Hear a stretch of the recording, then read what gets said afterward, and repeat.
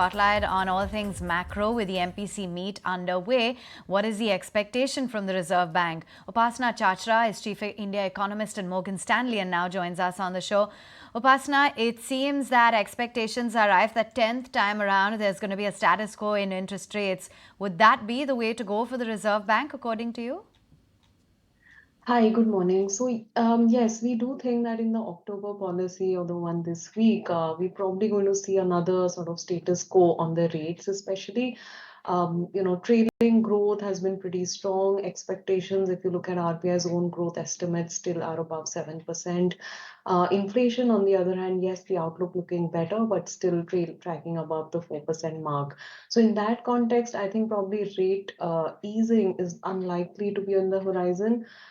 We could be looking for a change in stance to somewhat indicate that RBI is going to more pivot towards a neutral stance in line with how they're managing liquidity in the last few months. Let's see whether that change of stance happens or not, even if no rate action. But Upasana, we have been discussing this inflation conundrum as well, and we were just speaking with another expert who talked about how last couple of months, of course, there was a base effect as well that provided a bit of a support to the inflation number, but it's likely to be above 5% mark. Does that limit the room available for RBI to cut rates even in the next 12 months? It's going to be a lot more limited versus, let's say, the US. So our view is sort of on those lines. We do think that rate cuts are unlikely to happen that quickly over the next 12 months. It's driven both by growth and inflation. So if you were to take a step back and look at growth indicators have largely been surprising on the upside, especially in fiscal 24. Fiscal 25 remains largely healthy. I know there have been heterogeneity in the high frequency data points, but that can be explained by the election event in the first quarter and then the monsoon related disruptions in the on second quarter that just ended. But I think going forward, growth will likely remain upbeat, and we would probably be looking again at a 7% sort of a handle, which is pretty robust. And in that context, if you look at inflation we don't see that coming down sustainably to around the 4% mark, at least not in the near term. Our view is that inflation would be around 4.5%. Driven by some pickup in core and food inflation. Outlook is better, but I think the risk around food remains somewhat that's something that you need to be watchful for, given that weather related events have become harder to predict.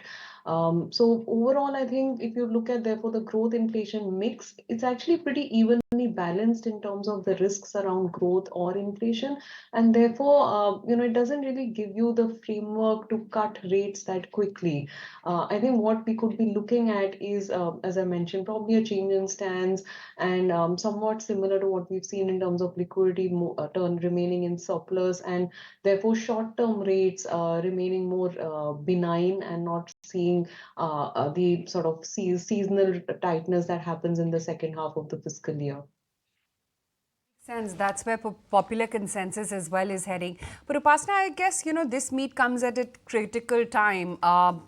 You're pretty close to the US elections. We've had all the geopolitical tensions, the spiral up in crude, and then, of course, Fed finally changing its stance. What do you think the governor's commentary is going to be this time around? I think yes, the external environment does have its own elements of uncertainty, be it geopolitics, be it global growth, and how the global economy is going to pan out.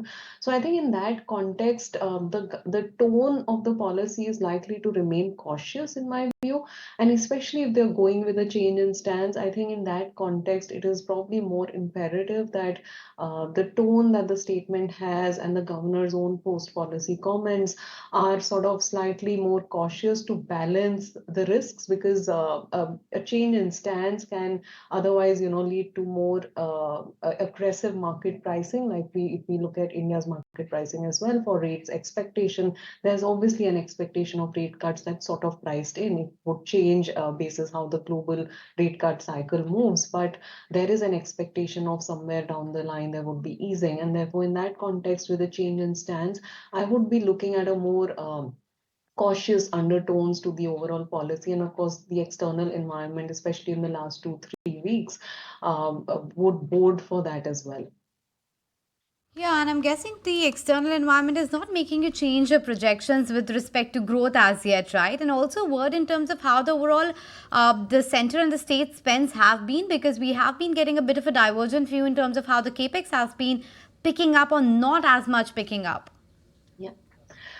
See, as of now, on the basis of global growth, we are not changing our views. So, yes, external environment remains uncertain, but largely, if you look at even the latest data from the US economy, it does indicate that probably the soft landing view remains intact. And that's what our US team's view is as well. We are in the camp for US soft landing, and therefore global growth sort of remaining range bound, ballpark around the 3% mark. I think if we remain in that situation, they're limited then downside risks to India's overall growth trajectory as well. On the domestic side, yes, I think as I mentioned, so the first quarter related to government spending as well has been impacted by the elections. We did see a slowdown in government spending both at the center and the state level.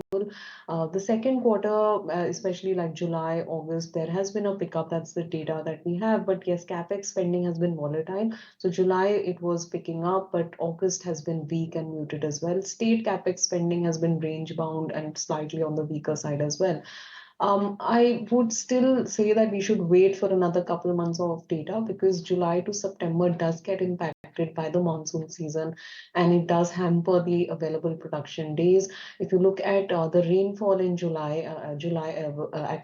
August rainfall was up almost 80% YOY, and also higher than the long period average versus July. So in that context, I think what we are seeing from a whole host of high frequency data related to August is been that there has been some sort of a weakness. But I think that's more explained by seasonal factors than something that is more worrying or indicating towards a more protracted slowdown. So I would say let's wait for another couple of months of data, and we should see a turn happening there. Before we let you go, Upasana, there is this, concern per se that the festive sales haven't been up to mark as yet.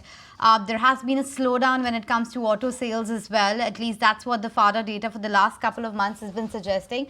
Are you witnessing any sort of slowdown in terms of, spend, demand, what's happening on the ground? The data points that we have right now are up to September, and September was impacted by the Shraddh period, or the inauspicious period, where usually you don't see consumption spending picking up. And therefore, most of the high frequency data points, especially related to consumption, like auto sales, passenger vehicle sales, have been weak, both at the wholesale level or at the retail level that we can get from FADA as well. So that is evident in the data. If you look at GST collections as well, reported for September, again, more for activity in August, they have been weaker on a YOY basis. So I think that trend in the September quarter would be there. But again, I would say that is driven by the change in, again, the festival calendar. So last year, the Shraddh period was in a different time. This time it's all concentrated in the month of September. So the YOY numbers are going to look weaker for September.